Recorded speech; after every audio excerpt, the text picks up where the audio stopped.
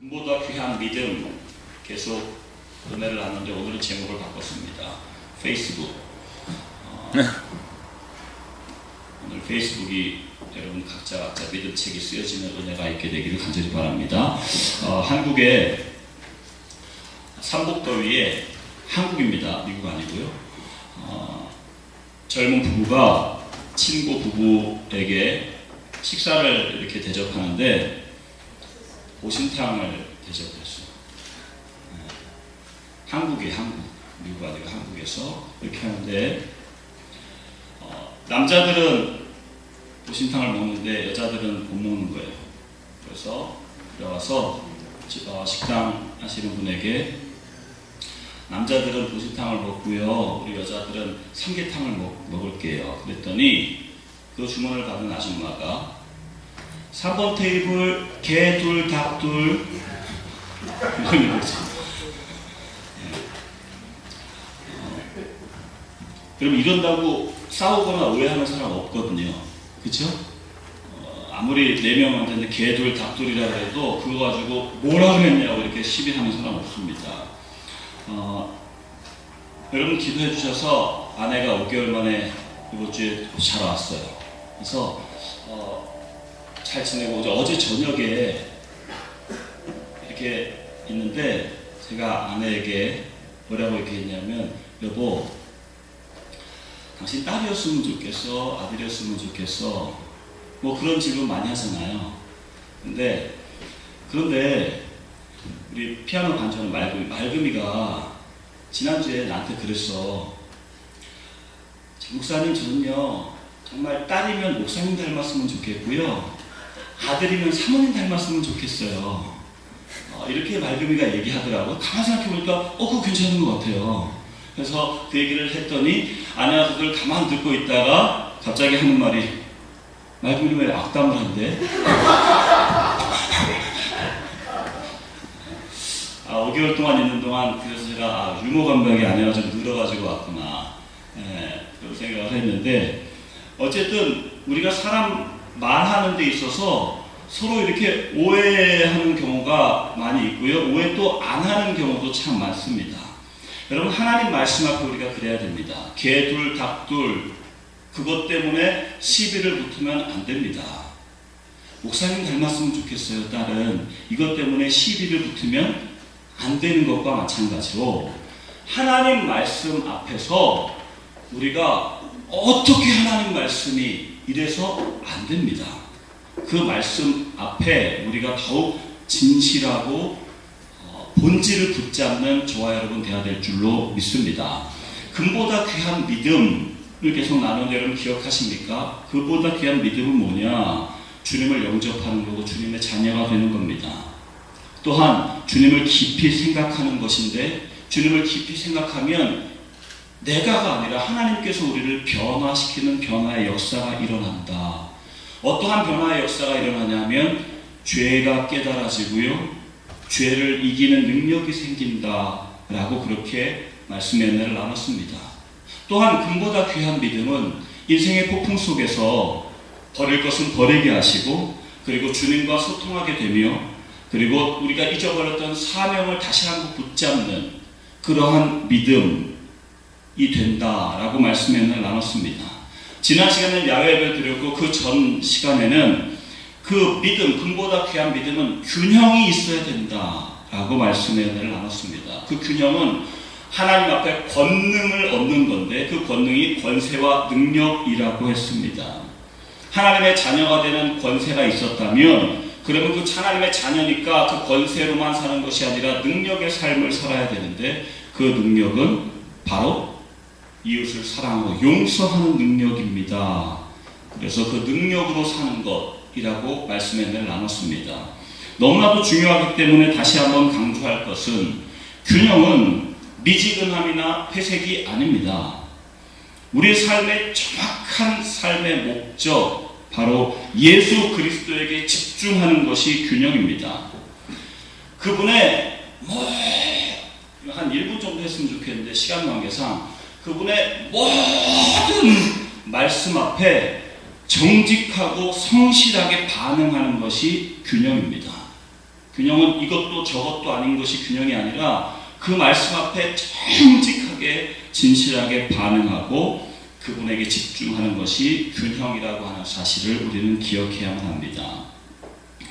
오늘 페이스북이라는 그러한 제목으로 제목을 바꿔가지고 믿음에 대해서 은혜를 나눌 텐데, 정말 이 말씀을 통해서 두 가지로 정리해서 은혜를 나눌 때 여러분 각자 혹시나 얼굴 책은 없어도 이 믿음 책은 다 읽게 되기를 간절히 바랍니다.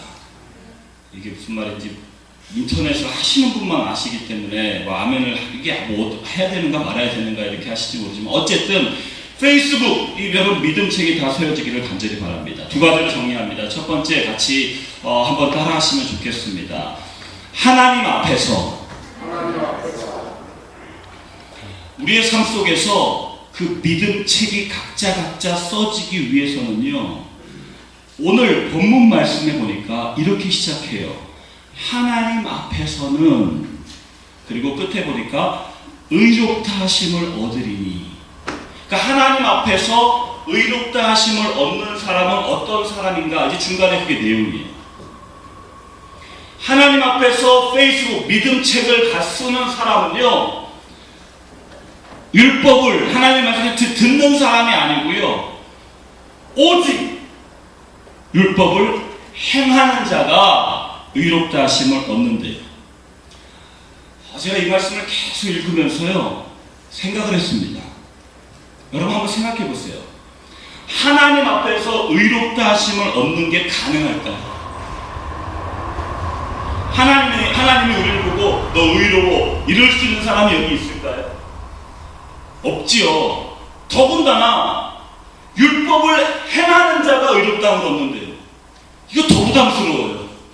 그런데 저를 다시 한번 나락으로 떨어뜨린 건 뭐냐면 앞에 오직이라고 하는 단어예요. 그러니까 하나님 앞에서 의롭다함을 얻을 수 있는 사람은요, 오직 율법을 행하는 자가 의롭다함을 얻는데요. 저죠. 제가 원문을 의롭다 하심이라고 하는 단어를 찾아봤습니다. 그 헬라어 단어가 무슨 단어인가 보니까 디카이오오라고 하는 단어인데, 이 바울 사도를 통해서 신약 성경, 구약 성경 통틀어 처음 기록된 단어예요. 이 단어가. 그러니까 하나님 앞에서 의롭다 하심을 얻는다라고 하는 이 단어가 처음 기록된 이 동사는요, 넓은 의미로 변호하다, 죄 없음을 선언하다라고 하는 법적 용어입니다. 하나님의 법정에서 최후의 심판 때 이 단어의 시제를 통해서 우리가 알 수 있는 것은요, 하나님 앞에 최후의 심판 때 하나님의 무죄 방면, 너 죄 없어, 이게 바로 의롭다 하심이다라고 하는 사실이에요. 여러분 생각해 보세요. 하나님 앞에서 최후의 심판 때 너 죄 없어 이럴 수 있는 사람이 이 가운데 있나요? 여러분 이것이 가능합니까? 로마서 2장에서 우리가 읽진 않았지만 로마서 3장 그 다음 장에 3장에 보면 20절, 로마서 3장 20절에 이런 말씀이 있어요. 그러므로 율법의 행위로 그의 앞에 의롭다 하심을 얻을 유체가 없나니 율법으로는 죄를 깨달습니다. 이게 어떻게 된 일입니까? 모순되는 말씀 아닙니까? 분명히 율법의 행위로는 하나님 앞에 의롭다 하심을 얻을 유체가 없대요. 그런데 오늘 2장 우리 본문 말씀에는 하나님 앞에서 오직 율법을 행해야 의롭다 하심을 얻는데요. 바울은 왜 이렇게 모순되는 것 같은 이런 말씀을 2장 3장에 거쳐서 기록했을까?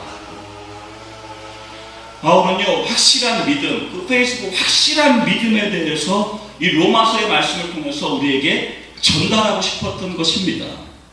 그것이 바로 하나님 앞에서입니다. 로마서 1장에서 바울은요, 우리가 예전에 기억하십니까? 로마서 1장에서 바울이 1장을 기록하면서 처음에 뭘 기록하냐면 로마서 1장 전체에 그렇게 기록을 해요. 이방인들, 하나님을 알지 못하는 그러한 이방인들의 죄들을 하나하나 기록합니다. 모든 불의와 추악과 탐욕과 악의가 가득하고 시기, 살인, 분쟁, 악독이 가득하고요. 수근수근하고 비방하고 우상 숭배하고요. 이러한 이방인들의 죄, 동성연애를 하고 이런 거를 막 기록해요. 그러면서 그걸 조목조목 지적하면서 그들의 받을 심판, 하나님 앞에서 사형, 이것을 기록하고 있습니다. 여러분, 로마서 1장을 보고 들은 유대인들의 반응이 어땠을까요? 생각해보면 당연히 유대인들은 그렇지, 이방인들은 그런 죄 가운데 있지, 그래서 그런 죄 가운데 있기 때문에 정죄를 받고 당연히 그러한 심판을 받아야 마땅하지 라고 그렇게 생각하면서 로마서 1장을 보고 있습니다, 유대인들은. 그런데 오늘 로마서 2장을 시작하면서 그러므로 라고 로마서 2장 1절에 시작하고 있거든요. 그러므로 라고 하는 갑자기 접속사를 사용하면서 바울이요, 갑자기 유대인들을 향해서 너희 지금 그렇다라고 판단하고 생각하고 그렇게 이방인들을 정죄하는 마음을 가지고 있는데 너희들도 똑같이 판단받고 똑같은 죄 가운데 있다 라고 로마서 2장이 시작되고 있거든요. 그러므로 여러분, 우리가 읽진 않았지만 로마서 2장 그 2절 말씀에 그래서 이렇게 이야기합니다. 하나님께서 하나님 앞에서 뭐라고 말씀하시냐면 로마서 2장, 이런 일을 행하는 자, 다시 말해서 유대인들에게 너희들 그렇게만 판단하고 있는데 너희들 지금 같은 죄를 지고 있거든. 그런데 이런 일을 행하는 자에게 하나님의 심판이 진리대로 되기 때문이다. 하나님은요, 하나님 앞에서 의롭다함을 얻고 하나님 앞에서 우리가 믿음책을 쓰기 위해서는요, 하나님은요 진리대로 우리를 심판하신대요. 그게 무슨 말이냐면 로마서 2장 11절에도 언급하고 있는데 하나님은 그냥 눈에 보이는 대로 심판하시는 분이 아니라는 거예요. 그 진리대로라는 말의 의미가 중심을 보신다는 겁니다. 내면을 보신다는 겁니다. 속을 보신다는 겁니다. 하나님의 심판, 하나님 앞에 의롭다함을 얻는 것은, 이를테면 유대인들은 이방인들의 심각한 죄를 들으면서 판단하면서 나는 그렇지 않다라고 자부했습니다. 그러나 여러분, 그 유대인들은요, 혹 겉으로는 살인죄를 저지르지 않았지만 형제를 미워하는 그러한 마음, 미워하는 마음을 가지고 살고 있었습니다. 간음죄를 짓지 않았지만 언제든지 기회만 만들어지면 저지를 수 있는 음욕을 품고 살고 있다라고 하는 사실입니다. 직접 동성애를 저지르거나 우상숭배를 하진 않지만 잘못된 성적인 생각과 타락한 본성을 그냥 마음속에 가지고 살다라는 거지요. 그렇기에 하나님께서는 바울 사도를 통해서 이 로마서 2장 3절에도 마찬가지로 이런 일을 행하는 자, 이렇게 같은 일을 행하는 사람, 너 하나님의 심판을 피하지 못한다. 하나님은 속을 보시기 때문에 진리대로 심판하시기 때문이다 라고 기록하고 있습니다. 여러분 한번 생각해 보세요. 살인죄를 진짜 저지른 사람하고 그냥 미워하는 마음만 가지고 사는 사람하고 누가 더 솔직히 나쁩니까? 말하면 두말 아니고 말할 것도 없어요. 그죠? 간음죄를 실제로 막 저지른 사람하고 그냥 음욕만 품고 있는 사람하고 누가 더 나쁩니까? 이건 말할 것도 없어요. 간음죄 진짜 저지른 사람이 진짜 죽이려면 나쁜 놈이잖아요. 마음속에 뭐 음욕 가지고 그거야 그럴 수도 있지라고 우리는 생각하잖아요. 진짜로 실제로. 그런데 하나님께서는요, 왜 도대체 우리가 봤을 때 또 이게 훨씬 더 나쁜데 하나님께서는 진짜 저질른 이방인들이나 마음속에 음욕을 품고 있는 사람이나 똑같은 죄로 그렇게 말씀을 하실까? 이유가 도대체 뭘까? 진짜 똑같아서 그러셨을까? 아니요, 정말 다르거든요. 간음죄를 진짜 짓는 거랑 음욕을 가지고 있는 거랑 어떻게 그게 똑같습니까? 말도 안 돼요. 그런데 하나님께서는 똑같대요. 왜 그런 줄 아십니까? 유대인들은요, 음욕을 가지고 있으면서 나는 간음죄랑 상관없어, 자기의 죄에 대해서 덮고 있고 외식하기 때문에 그렇습니다. 그래서 똑같아지는 거예요. 여러분, 우리에게 한번 적용해 볼까요? 우리는 살인죄를 실제로 이 중에서 저지르신 분이 계신지 모르겠지만 실제 아마 없으려고 그냥 생각돼요. 없지만 이웃을 미워하는 마음, 불평하는 마음, 상대하기 싫고 불편하고요. 내 기준을 정해놓고 얼마나 그냥 판단하고 정죄하고 사는지 몰라요. 그럼 제가 몇 번 강조해서 예전부터 말씀드리지만 한국 사람은요, 화나면 천국 안 간다는 사람이 너무 많아요. 제가 농담처럼 얘기하지만 실제로 교회 안에서 너무나 많은 사람들이 그런다니까요. 열심히 신앙생활 하다가 조금 싸우거나 뭐 이렇게 좀 삐뚤거리면요, 천국 안 간다는 거예요. 교회 안 간다는 거예요. 교회도 안 가고 천국도 안 가고 뭐 다 싫다는 거예요. 이러고 그냥 막 믿음하고는 전혀 상관없이 살려고 하는 사람들이 얼마나 많은지 모릅니다. 그러면서도 나는 살인죄를 실제로 안 저질렀기 때문에 죄인이 아닌 것처럼 자부하면서 그냥 편안하게 살아가려고 합니다. 그러나 속사람은 정확하게 알기 때문에 기쁨이 없습니다. 진짜 감사도 없습니다. 진짜 만족도 없고요. 때때로 저는 내가 목사가 맞나 싶을 정도로 음란하고 추한 생각들이 막 침투를 해요. 매스컴을 통해서 계속 들려지는 추잡하고 추악한 그러한 성적 범죄들을 들으면 마음속에 폭풍 분노가 끓어오릅니다. 이런 분노야 당연한 거 아니겠습니까? 여러분 그렇지 않나요? 분노가 막 속에서 그러한 추악한 범죄들을 들으면 그렇잖아요. 그런데 이상하게도 나에 대해서는 어떻게 이렇게 관대한지 몰라요. 내 마음의 그런 추악함에 대해서는요, 그냥 너무나 용서가 쉽게 돼요. 아무것도 안 하고 다 덮어버리는 거예요. 나는 아닌 것처럼. 나는 화도 안 내고, 나는 음란한 것도 아닌 것처럼. 미움도 없는 것처럼. 여러분, 하나님 앞에서는 진리대로 하나님은 우리를 보신다는 사실, 우리의 내면을 보신다는 사실을 첫 번째 기억하시고요. 하나님 앞에서는요, 하나님께서는 또 6절 말씀에 보니까 각 사람의 행한 대로 심판하신대요. 여러분, 유대인들은요, 여러분 이 유대인들의 모습을 통해서 우리를 좀 봤으면 좋겠거든요. 이 유대인들은 다른 건 몰라도 행함에 대해서는요, 아주 자부심을 다 가지고 있었습니다.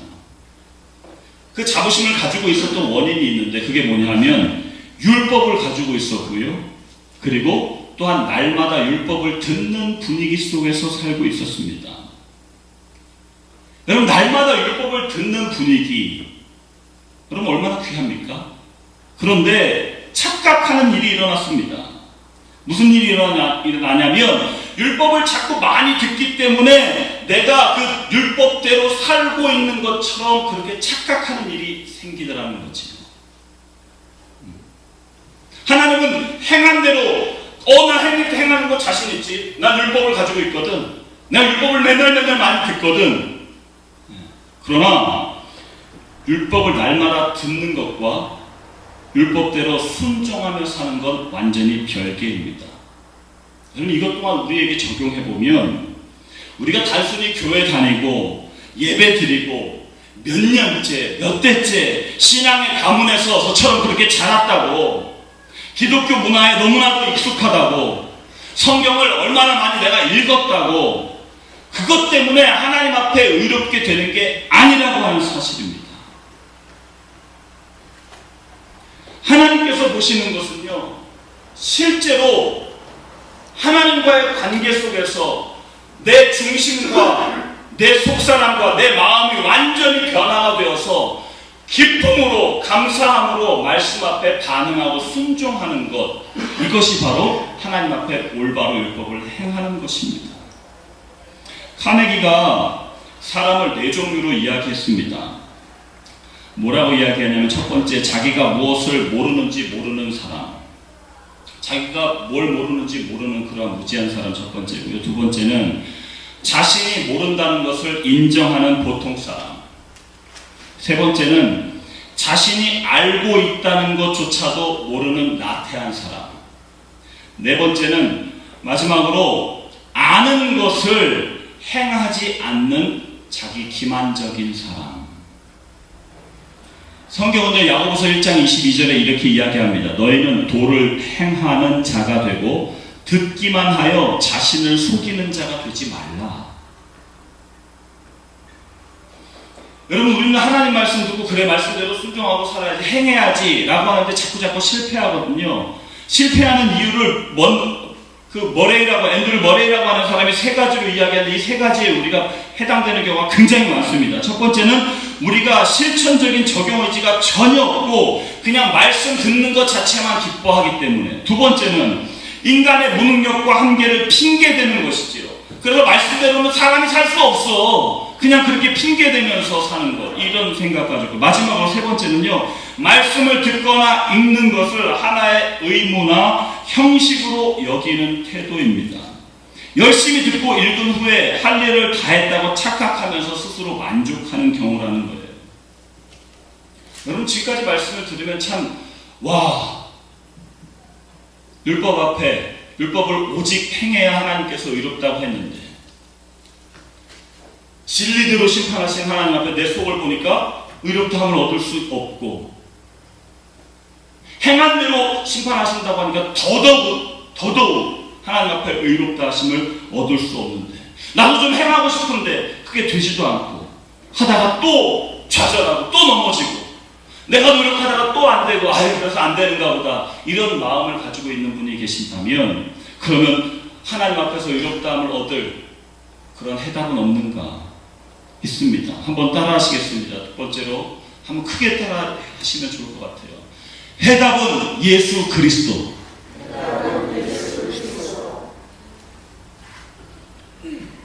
여러분, 이방인이나 예수 믿는 저와 여러분이나 똑같이요, 하나님 앞에 행함이나 내면이나 다 정도의 차일 뿐이지 죄인입니다.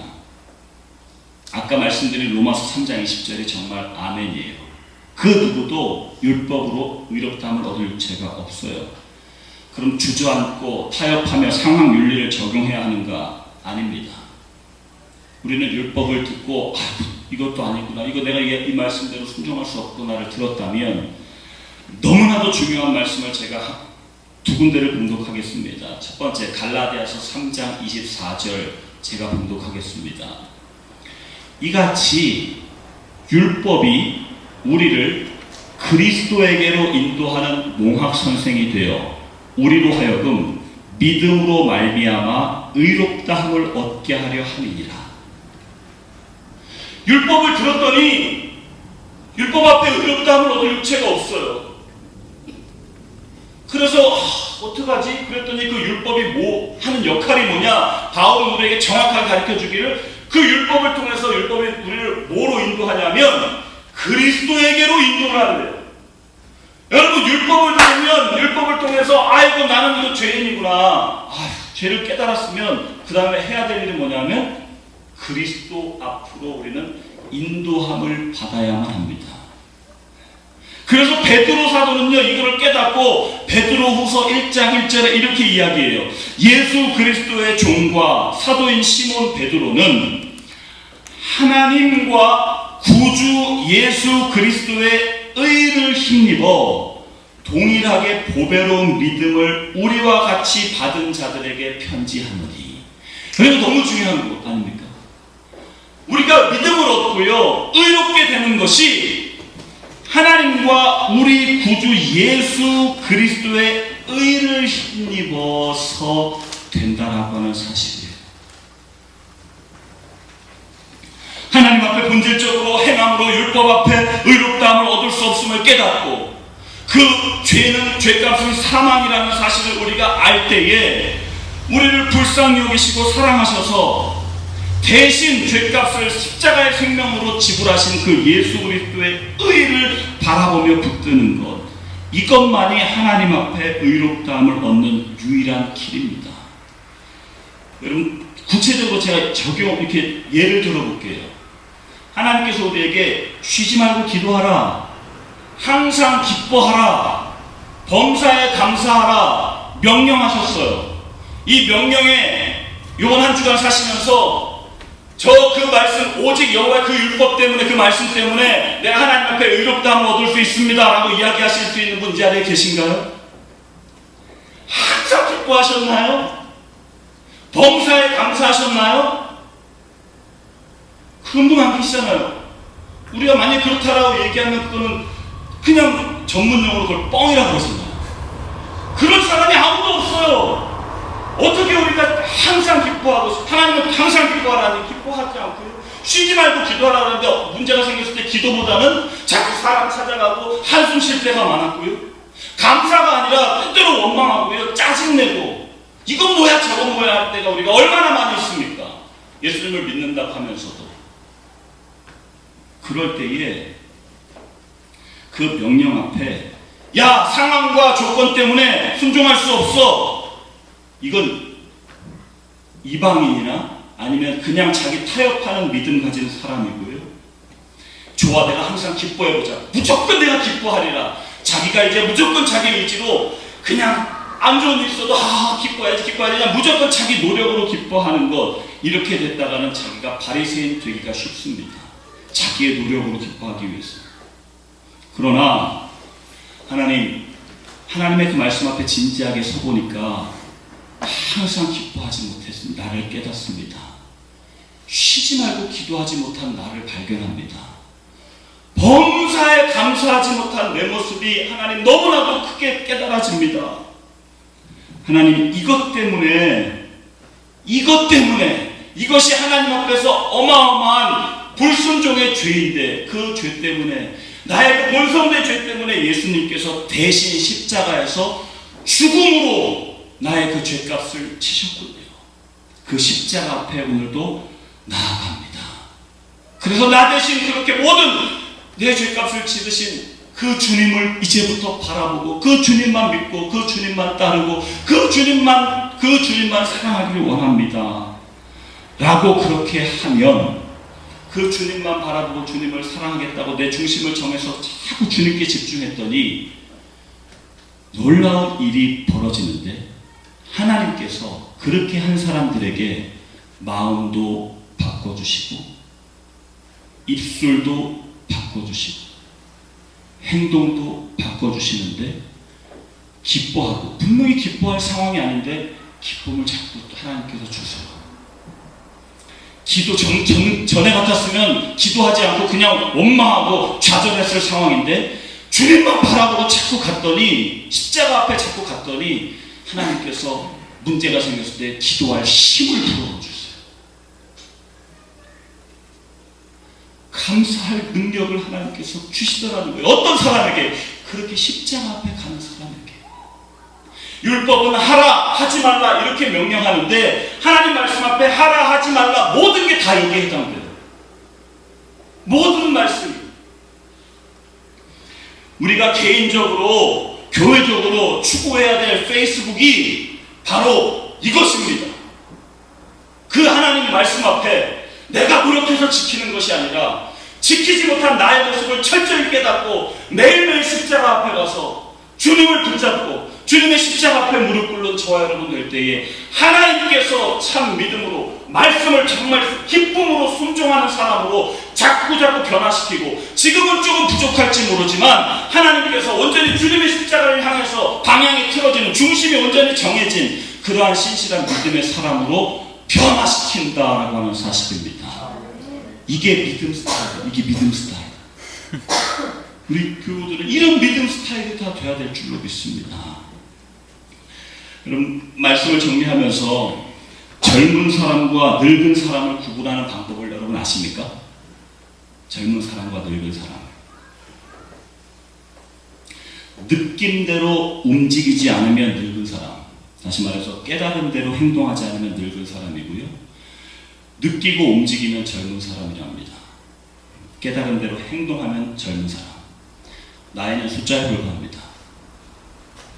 예전에 우리 선교교회는요, 나이가 비교적 젊은 사람들이 많아서 이 지역에서 선교교회 하면 젊은 교회라는 소리를 많이 들었습니다. 지금도 제가 목회자 모임에 가면 선교교회는 젊잖아 그래요. 그러면 제가 꼭 하는 말이 있습니다. 이제 나이는 안 젊어요.